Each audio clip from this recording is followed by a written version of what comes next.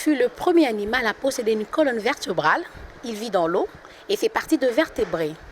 Le poisson constitue depuis la nuit de temps une partie importante du régime alimentaire des humains et est consommé dans presque tous les pays du monde. Puisqu'il y a plusieurs espèces de poissons, allons découvrir quelle espèce les restaurants à Rome va nous proposer au menu du jour. Un supermarché, par exemple les King Clip ou quelque chose comme ça. Ou alors. Comment? Juste du cola, un poisson simple. Ouais, le poisson simple. Donc ici j'ai pris comme si c'était revenu d'un supermarché, juste un poisson congelé que vous pouvez avoir. Si je passais un peu dans l'eau, l'idéal c'est que les poissons ils sentent pas beaucoup. Hein. Ouais, donc les poissons doivent être assez fins et qu'ils ne sentent pas. Ici, quand je vais faire une recette, on est combien? 8.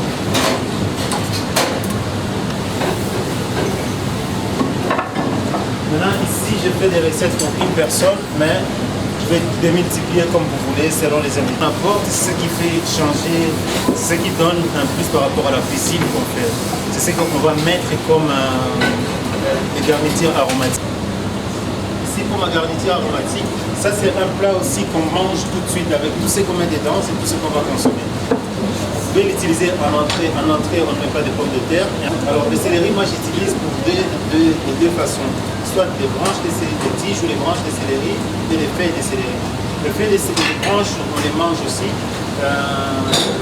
Les feuilles, on peut utiliser ça à la place de persil par exemple. Donc la façon dont vous coupez les légumes va beaucoup jouer sur la façon que les gens vont aimer vos plats. C'est très important. Ça ne vous demande pas plus ou moins de travail. Hein. C'est toujours la même chose en fait. Le même temps que vous utilisez, donnez-vous la peine de faire de bonnes choses. C'est ça en fait la cuisine qui change.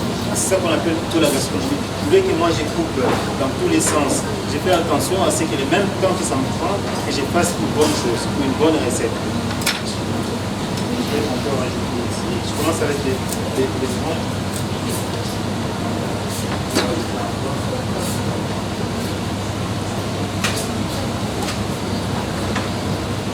J'enlève d'abord les...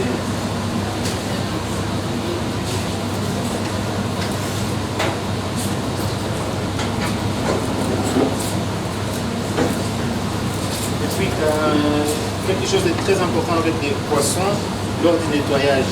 Parce qu'il y a beaucoup de gens qui n'aiment pas manger les poissons parce qu'ici, beaucoup de mamans nettoient mal leurs poissons. Qu'est-ce qu'on fait avec les poissons? C'est que lorsqu'une maman nettoie les Thompson, il prend les poissons, il les met dans un bac d'eau. Alors il coupe les poissons, il enlève les intestins, il les met dans l'eau. Ça, le problème, c'est que les Congolais n'aiment pas beaucoup de poissons, uniquement parce que les poissons ne sont pas bien entretenus. Parce que si vous prenez les poissons et que vous mettez dans l'eau, vous ouvrez les intestins, c'est comme si vous lavez, vous tirez les poissons, mais ça ne doit pas sentir les excréments du poisson. En général, beaucoup de gens n'aiment pas les poissons parce que c'est... Comment est-ce qu'on dit ça en général? Pour la zeille, tu vois? À partir du moment où il y a des zeilles, c'est que les poissons n'ont pas été bien nettoyés. Des branches de céleri. Alors pourquoi est-ce que je le mets au-dessus? Parce que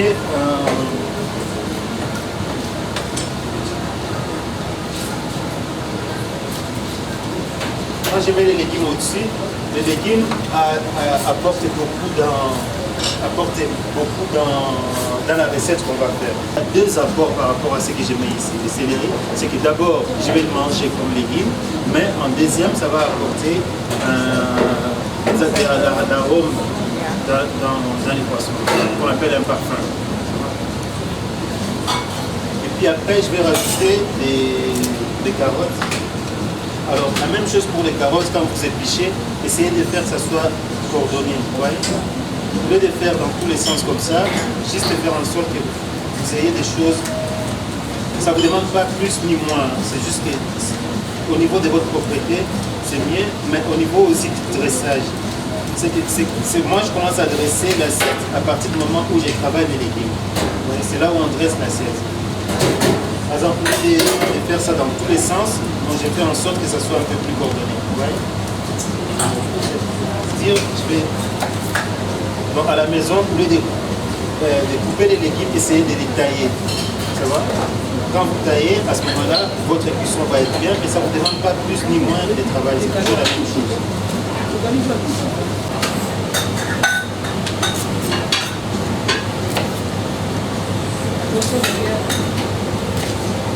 Il y a beaucoup de verre.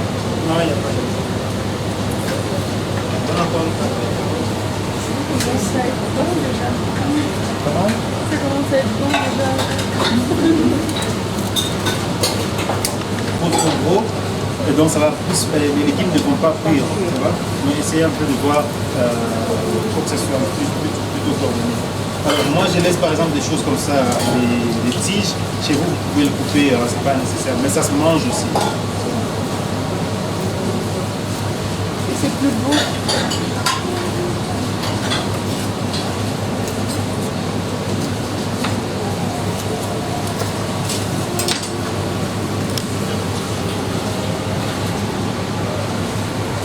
Je vais le donner, je vais le faire avec ça, avec la peau. Moi j'aime bien que ce soit une partie avec et une partie sans peau. Alors les courgettes, en général les courgettes des parties ici, j'utilise pas pour les poissons par exemple. Un assez gros, donc je vais vraiment enlever ces parties-là. Alors les légumes qui vous restent, moi, généralement, je ne jette pas les légumes qui restent. Hein. Je vais monter à quoi on utilise ça.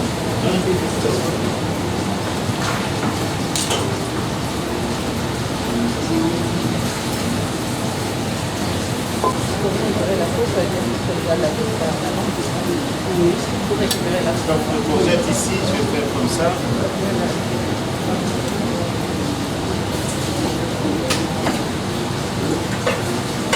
Que c'est une entrée, mais ça peut être servi comme plat.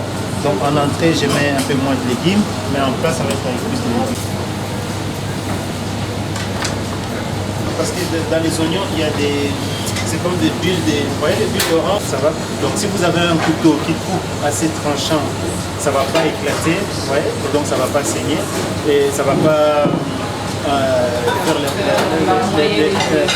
les herbes, mais si votre couteau est bien, vous voyez comme mon couteau ici,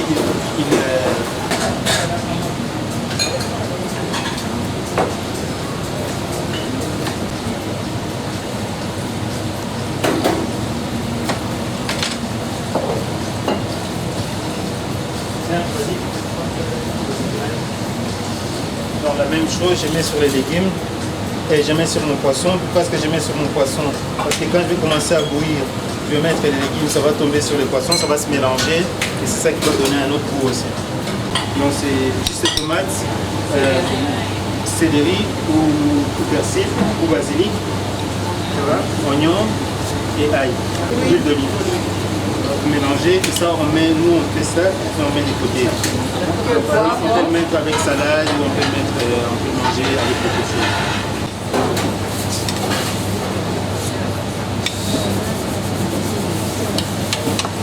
Un peu de sel et de poivre alors. Un peu de sel et de poivre, bien sûr. Et ici, je vais finir à faire un petit beurre au cerfeuil. On a les beurre de persil pour mettre ça, parce que j'ai envie que ça soit un peu vert. Vous comprenez? J'ai pas envie que ça soit rouge ou blanc. J'ai envie que ça soit vert. Parce que la couleur verte, c'est une couleur qui apporte un peu de fraîcheur. Et aussi... Je vois avec les yeux.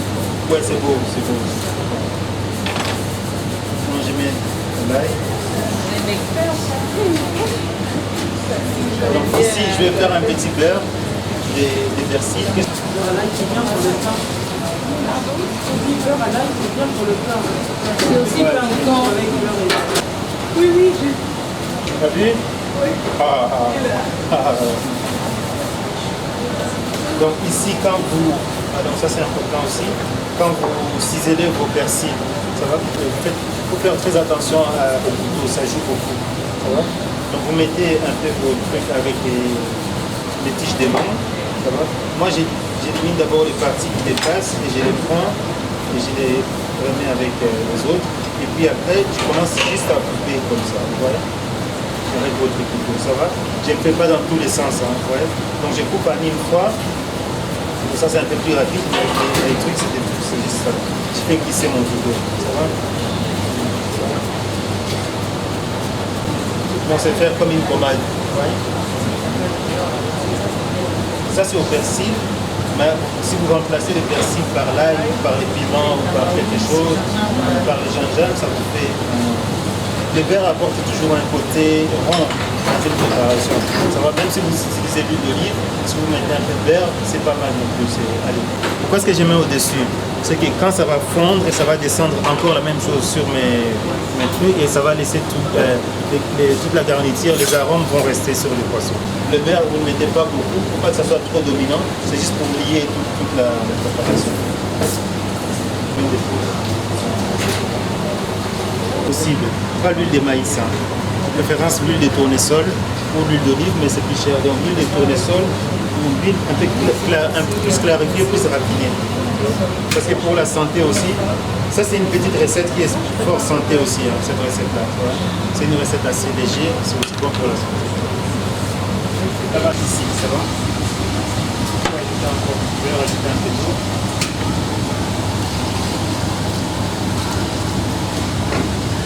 Ça, il n'y aura plus rien dans les couverts.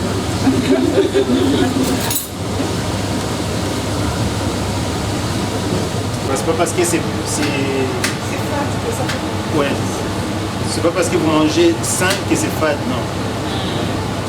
Donc je vais vous faire goûter ça. Tiens, allez-y, goûtez. Moi? Oui, tout le monde. Je vais donner à tout le monde. Prenez la cuillère, c'est votre cuillère.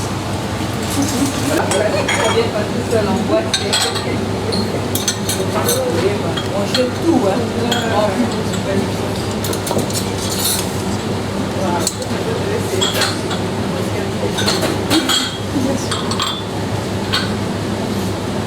Alors, cette recette, moi, je le fais quelquefois avec le Thomson, mais je prends que les filets de Thomson.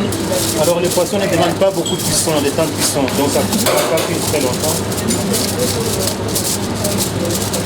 Pour cuire ça, je vais mettre à un feu très très fort. Je vais juste faire une forte ébullition, et puis après, normalement, 3 à 5 minutes, ça cuit. Ouais. Je vais mettre ça très très fort. Alors.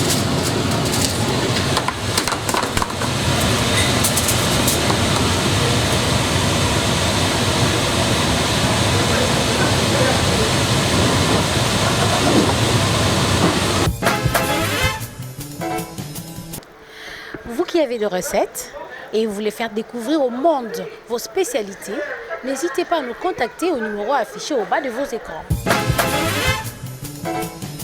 Le poisson imbon, c'est une source de protéines de qualité, de haute qualité. Elle est beaucoup préférée d'être consommée puisqu'elle nous apporte ce que je viens de dire, des protéines de qualité, des vitamines ainsi que des substances minérales. Par rapport aux protéines, je viens de dire, le poisson contient une protéine de haute qualité qui constitue le corps, qui agit dans le développement et la croissance de l'enfant ainsi qu'à la réparation des tissus musculaires du corps. Et quant aux substances minéraux, le poisson contient de l'iode. Oui, l'iode joue un grand rôle dans l'organisme. Et de cet iode, en dehors de l'iode, il contient aussi du fer ainsi que du magnésium. Tout ça, ce sont des éléments minéraux qui contribuent à la synthèse des protéines dans l'organisme, qui contribuent à la cicatrisation. Par exemple, le zinc. Si vous consommez du poisson, vous allez obtenir du zinc, et le zinc qui va contribuer à la cicatrisation une fois que vous avez un problème de plaies et consorts. Le zinc joue aussi un grand rôle. Et il y a aussi une autre source que nous appelons oméga 3. C'est une graisse, mais qui ne tue pas. C'est une meilleure graisse qui aide l'organisme et qui se trouve dans les poissons comme le saumon. Hein. Les saumons, la sardine, les anguilles, les marqueurs. Cette graisse est très importante pour la vie de l'homme, puisqu'elle joue aussi, elle participe aussi à la synthèse des protéines. Elle contient des hormones thyroïdiennes comme les hormones thyroïdiennes, c'est rapport avec l'iode. L'iode, puisque quand nous consommons les poissons, nous arrivons à obtenir l'iode, et l'iode qui vient contribuer aussi à la synthèse des hormones thyroïdiennes. Et en consommant du poisson, nous arrivons à capter des vitamines, nous arrivons à bénéficier des vitamines qui vont jouer aussi à la synthèse des globules rouges. C'est pour cela que nous insistons à ce que la population, l'homme, la femme, tout comme des enfants, consomment plus de poissons, puisque toutes ces vertus que contiennent ces poissons ne nuisent pas à la santé de la population. Par contre, ça contribue à la bonne santé de la population. Alors ici c'est un Saint-Pierre à la nage. Saint-Pierre c'est un poisson à la nage avec des légumes croquants. Donc ça ici les légumes, c'est un peu comme les pépés soupes comme ça va, avec des poissons, avec des légumes mélangés. Mais les légumes doivent rester croustillants. C'est croustillant, excusez-moi, c'est pour ça qu'on appelle ça des légumes croquants. Merci à vous pour cette belle découverte. Et à vous qui nous suivez, si vous voulez manger Saint-Pierre, n'hésitez pas à venir manger au restaurant Arôme qui se trouve à l'immeuble CTC à Gombe. Et moi, je vous retrouve prochainement avec un tout nouveau numéro. Au revoir.